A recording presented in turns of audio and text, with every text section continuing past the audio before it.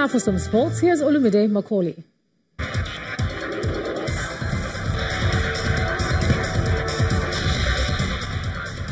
Thank you, Joma. Hello and welcome to Sports News. The Confederation of African Football have chosen Togo's center referee Vincentia Enyonen for this weekend's crucial Women's Africa Cup of Nations clash between the Super Falcons of Nigeria and Equatorial Guinea.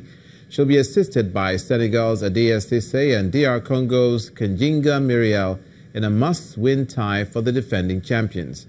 Group B is still wide open, as South Africa, who lead the group with 6 points, Nigeria and Zambia could all finish on 6 points depending on the outcome of a final round of games on Saturday, November the 24th.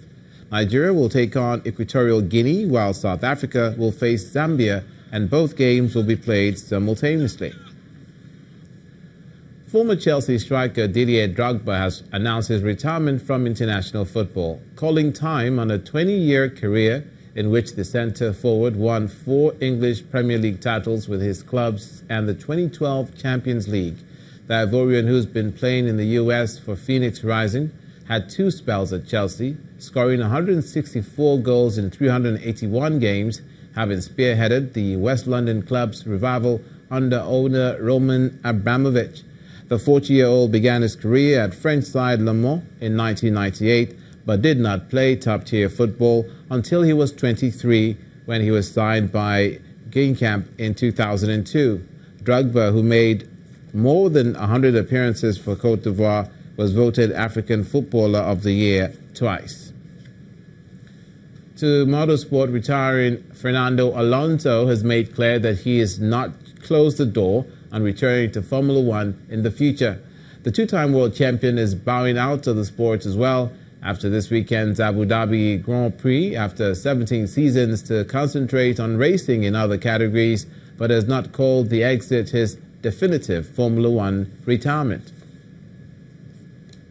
Meanwhile, new Formula One champion Lewis Hamilton has welcomed news of Robert Kubica's Formula One comeback next season, before commending former rival Fernando Alonso after he announced his retirement from Formula One.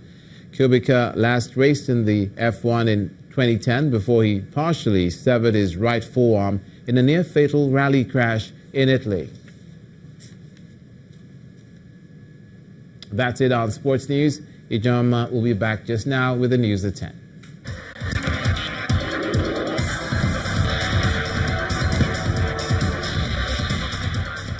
Thanks a lot, Olumide. A Chadian minister is being detained by police for marrying a 14-year-old. The minister, Azazi Mahmad Hassan, has denied through his lawyer. But the local media quotes the state prosecutor as saying that Hassan married a girl in a customary ceremony in 2017, where he travelled to the western town of Nuku with a political delegation. Marriage in Chad under the age of 18 is illegal, and people found to have married minors or offered underage children for marriage face prison.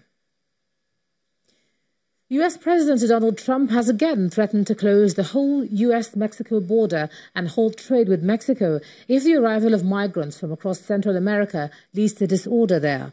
The border was briefly shut on Monday this week as thousands began to arrive, and the president had previously said the troops at the border could use lethal force if needed. The migrants who have been travelling for days say they are fleeing persecution, poverty and violence in their home countries of Honduras, Guatemala and El Salvador.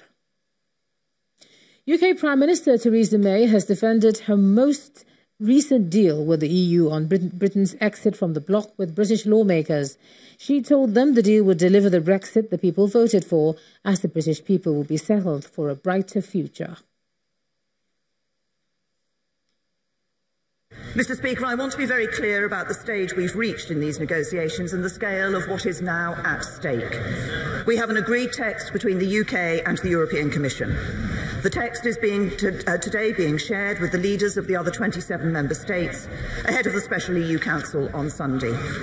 The negotiations are now at a critical moment, and all our efforts must be focused on working with our European partners to bring this process to a final conclusion in the interests of all our people. Last night, I spoke to Prime Minister Sanchez of Spain. We have been working constructively with the governments of Spain and Gibraltar in the negotiations on the withdrawal agreement, and we want this work to continue in the future relationship. But I was absolutely clear that Gibraltar's British sovereignty will be protected. And the main news again.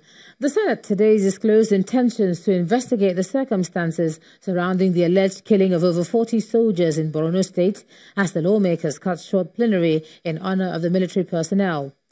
Also today, the Broadcasting Organizations of Nigeria and Nigeria Elections Debate Group fixed December the 14th, 2018 and January the 19th next year as dates for the vice presidential and presidential candidates' debates. And U.S. President Donald Trump again threatened to close U.S.-Mexico border and halt trade with that country over the migrants' caravan from across Central America. That's the news at 10 tonight. Thank you so much for staying with us. I'm Ijoma Onyato. You have a good night.